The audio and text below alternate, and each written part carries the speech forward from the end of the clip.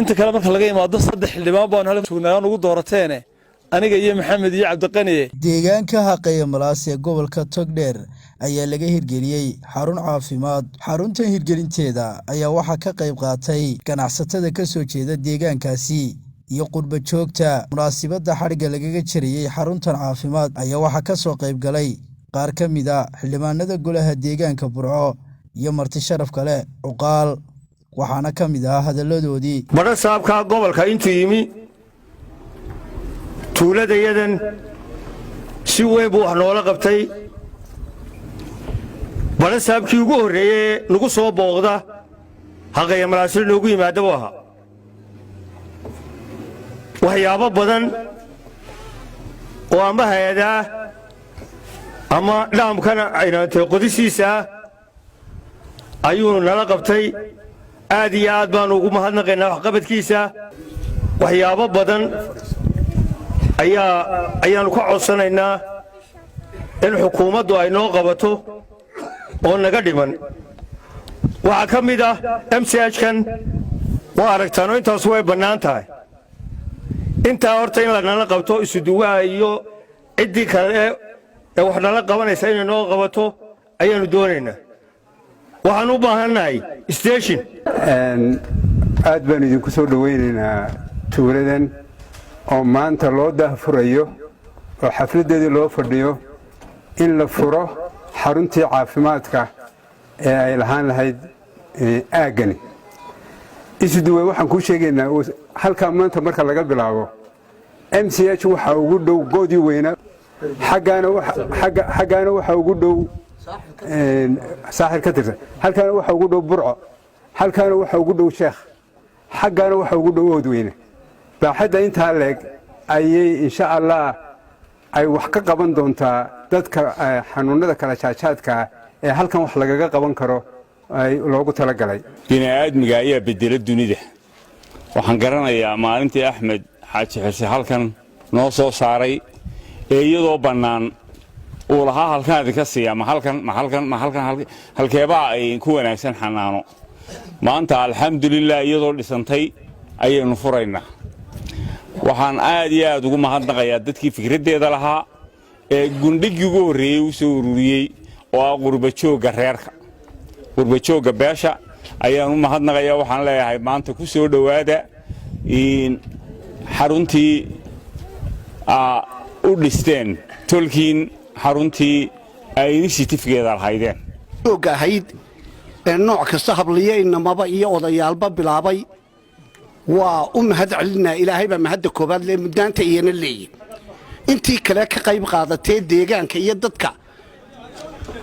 dadka beesha ee jooga halkanna iyo maxaan dhahay magaalooyinka joogana iyana waa mudan yihiin. sidaa loo sheegayna imika la dhis, laakiin wanaaggeedu wuxuu ku jiraa jiritaankeeda oo idinka idinku xidhan. masaafada u dhaxaysa ee bara u tahay waa masaafo aad u kala fog, aad bay u kala fog tahay. waxa weeyaan Masaaxil ilaa Burco ilaa Oodweyne ayay bara u tahay markaa si loo eego MCH-yadooda. marka runtii waa masaafo aad iyo aad u kala fog. waxaan jeclaan lahaa uun middaa la dardaaray ah in meeshaa la qurxiyey, la wanaajiyey.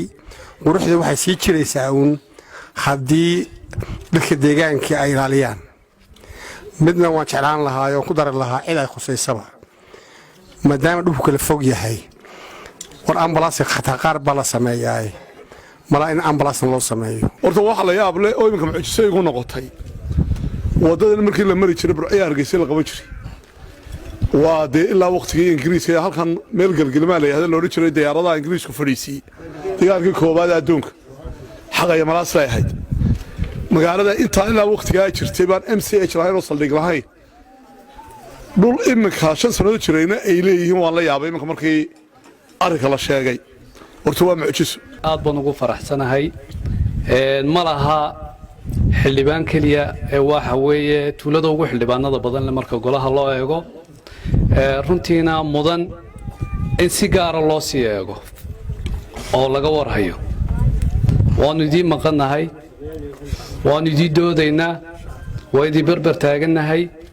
تعب halkan la geliyay digaanow maadaama tacab la geliyey halkan tacabkaasi waa tacab idinka idiin dana waa tacab ummadda u dana waa tacab intaa la soo sheegay ee gobol u dhaxeeya communitiga ama jaaliyadda sida fiican wax u qabsatay gudayo dabad oo dhisatay haykalkii aad iyo aad iyo aad iyo aad baan ugu faraxsannahay waana u ducaynaynaa qaybta labaadna waxa weeye sidii ay u noqon lahayd adeeg bixiye joogto ah runtii aniga farxad bay ii tahay maanta deegaankii aan kana soo jeeday laygana doortay inaynu maanta furayno rug caafimaad inta kale marka laga imaado 3 xildhibaan baan halka ku joognaa aan ugu doorateene aniga iyo maxamed iyo cabdiqani maanta waxaan u joognaa inaan furno xarunta caafimaad ee Haqaya Malaas waxay noogu biiraysaa xarumo fara badan oo aan gacanta ku hayno mas'uuliyaddu wayna saaran tahay hakranna mayno insha Allah horena naguma jirin aanu hakranno imkana hakran mayno wixii dardaarana siisan waa qaadanaynaa wixii awoodayadaana waa fulinaynaa wixii aan awoodayada hayna waa kula soo noqonaynaa taa maskaxda galiya horta waa nala samayseen waa nala dhisteen shaqaale baa nala keenteen dawladda baa nala keenteen hanagaga hadhina intaanu culayskeeda wada qaadayno hanagaga hadhina waana 10 leed ka baranayo maalin walba aan soo qaadanaa xoleenahay Haqaya Malaas intaasay ururisay deedba iska ururiya awlaadami CBA Hargeysa